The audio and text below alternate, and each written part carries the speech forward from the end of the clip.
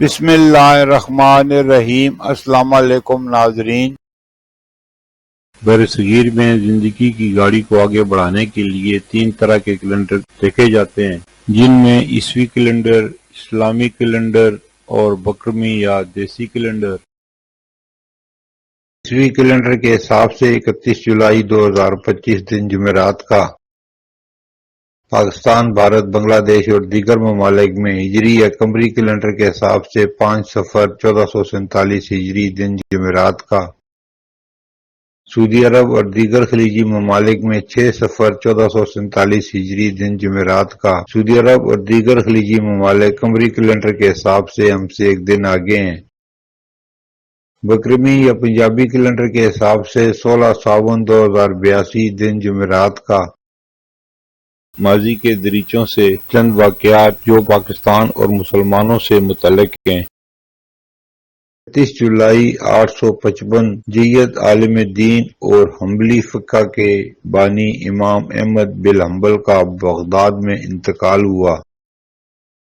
31 جولائی 1492 غرناطہ کی فتح کے بعد سابیلا اور فرنینڈ نے اسپین میں مسلمانوں کو یا تو عیسائیت قبول کرنے یا ملک چھوڑنے کا حکم دیا۔ 31 جولائی کو آخری مسلم قافلے نے اسپین چھوڑا۔ یہ واقعہ اندلس کے زوال اور یورپ میں مسلم اقتدار کے خاتمے کی نشانی ہے۔ 31 جولائی 1658 اورنگزیب نے ہندوستان کے شہنشاہ ہونے کا اعلان کیا۔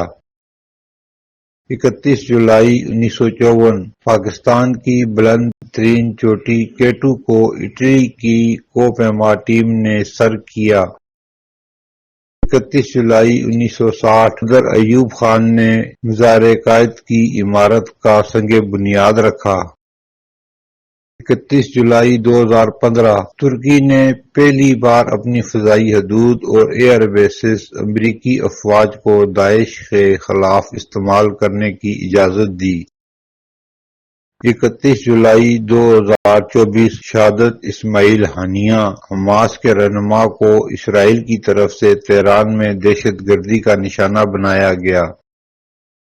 31 جولائی 2025 عمان میں موجود غیر ملکیوں بشمول پاکستانیوں کے لیے اہم خبر یہ ہے کہ وہ جلد از جلد ویزا تجدید کروائیں یا ملک چھوڑ دیں، ورنہ مقررہ مدت کے بعد بھاری جرمانے ادا کرنے ہوں گے۔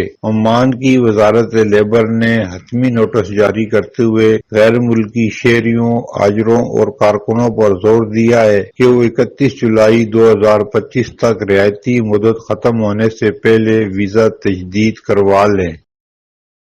31 جولائی 2025 پاکستان کا نیا ریموٹ سینسنگ سیٹلائٹ چین کے زیچانگ سیٹلائٹ لانچ سینٹر سے خلا میں روانہ کیا جائے گا۔ پھر ملیں گے اگلی ویڈیو میں، جب تک دیجیے مجھے اجازت، اللہ حافظ۔